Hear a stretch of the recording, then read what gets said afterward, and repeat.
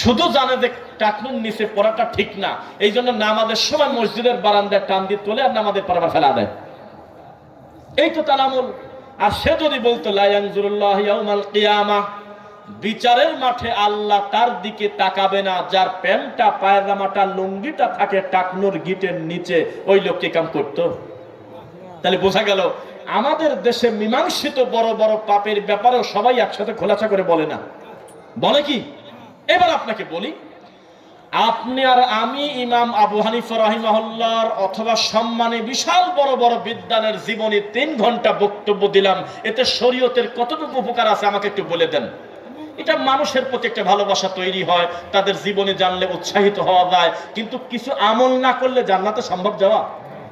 কিন্তু আপনি যদি বলতেন শোনেন, বিচারের মাঠে আপনার সৃষ্টিকর্তা আল্লাহ কিন্তু আপনার দিকে তাকাবে না আপনি একটা কাজ করলে, সবাই বলতো কি সে? তখন বলতেন মা আসফালা মিনাল কাবাইনি মিনাল ইজারি ফাফিন্নার।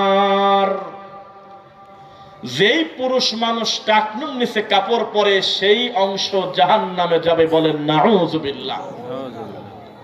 মহিলাদের হুকুম কিন্তু আবার আলাদা, একসাথে আবার মিশায় দিয়েন না। মহিলারা ঢেকে পড়বে, কি করবে? পুরাটা ঢেকে পড়বে। আর পুরুষরা কোথায় পড়বে? উপরে।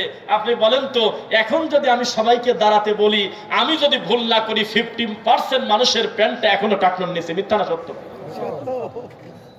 তাহলে এটা একটা মীমাংসিত পাপ কিনা? আপনার মুখ দিয়ে বলায়নি, সিরিয়াল করে বলে দেব।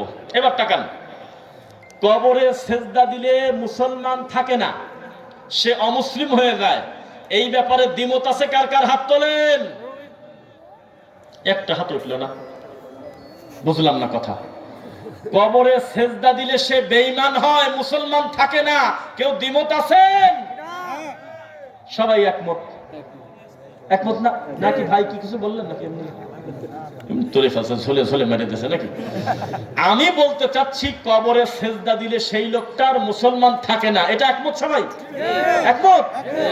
সবাই তো স্বীকার করলেন। তাহলে এখন আমি যদি বলি যে আমাদের এই কুমিল্লা বিবারিয়াতে শত শত কবর আছে যেখানে নামাজি লোক দাড়ি টুপি নিয়ে মরার কবরে সেজদা দেয়, তখন আপনার এলাকার কিছু হুজুর বলবে আমি নাকি ফেতনাবাজ। এ কোন দুঃখে বললাম আমি করতো? আমি বলতেছি পৃথিবীর